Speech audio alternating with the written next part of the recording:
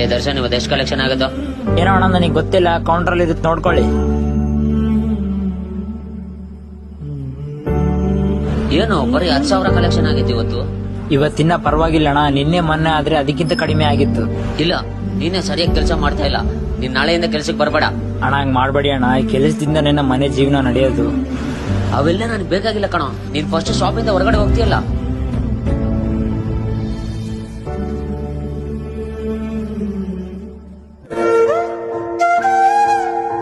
ಅಣ್ಣ ದರ್ಶನ್ ಇಲ್ವಾ? ಹೇಳಿ ಅಣ್ಣ.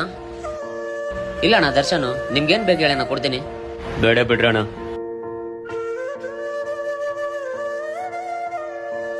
ಅಣ್ಣ ದರ್ಶನ್ ಇಲ್ವಾ?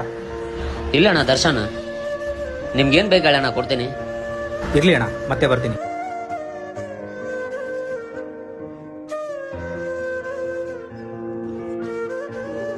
ಅಣ್ಣ ಕಾಲ್ ಮಾಡ್ತಿದ್ದೇನೆ. ಹಲೋ ದರ್ಶನ್, ನೀನ್ ನಾಳೆಯಿಂದ ಶಾಪಿಗೆ ಬಾ. ಈ ಶಾಪ್ಗೆ ಓನರ್ ನಾನಾದ್ರೂ ಕೂಡ ಕಸ್ಟಮರ್ಗಳೆಲ್ಲ ನಿನ್ಗೋಸ್ಕರ ನೋಡ್ತಾ ಇದ್ದಾರೆ. ವಯಸ್ಸಲ್ಲಿ ಚಿಕ್ಕವನಾದ್ರೂ ಒಂದು ಮಾತು ಹೇಳ್ತೀನಿ, ಏನು ಅನ್ಕೋಬೇಡ್ರಿ ಅಣ್ಣ. ಅಣ್ಣ ಯಾವುದೇ ಕೆಲಸ ಆಗಲಿ ಓನರಿಂದ ಅಲ್ಲಣ್ಣ, ನಿಯತ್ತಾಗಿ ಮಾಡೋ ಕೆಲ್ಸಗಾರನಿಂದಾನೇ ಸಾಧ್ಯ. ಆಯ್ತಿರಣ್ಣ, ಬರ್ತಾ ಇದ್ದೀನಿ.